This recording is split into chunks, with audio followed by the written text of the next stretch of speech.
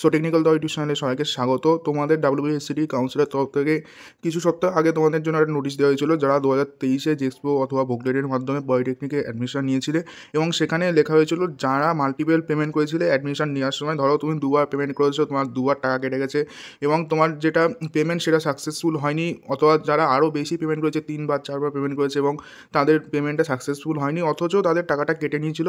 তো সেই ক্ষেত্রে তাদের একটা লিস্ট বার করে দেওয়া হয়েছিল কাউন্সিলের তরফ থেকে, যাদের এরকম সিচুয়েশান হয়েছিল। প্রতিটা স্টুডেন্টের রেজিস্ট্রেশন নাম্বার দিয়ে কিন্তু একটা লিস্ট এবং কতবার পেমেন্ট করা হয়েছিল তার কিন্তু একটা সম্পূর্ণ লিস্ট দিয়ে দেওয়া হয়েছিল।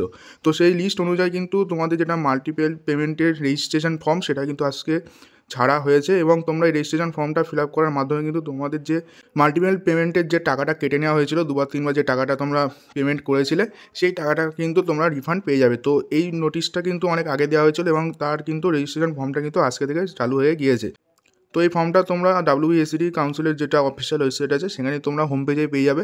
তো অফিসিয়াল ওয়েবসাইটটা দেখে নাও, actvesd.wb.gov.in। তো এখানটায় গেলে তোমরা হোম পেজে তোমরা এটা পেয়ে যাবে। তো এখানটায় বেশি কিছু করতে হবে না, তোমাদের যেটা আধারের নাম্বার আছে, ঠিক আছে, সেই আধারের নাম্বার দিয়ে তোমরা এখানে সার্চ করলে কিন্তু তোমরা এই ফর্মটা ফিল আপ করতে পারবে।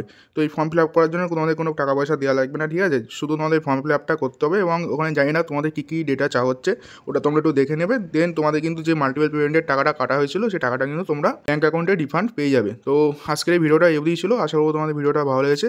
যদি ভালো লাগে একটা লাইক করবে এবং তোমরা যদি আমাদের চ্যানেল নতুন হও এবং এরকম হেল্পফুল ভিডিও পেতে চাও তো চ্যানেলটাকে অবশ্যই সাবস্ক্রাইব করবে।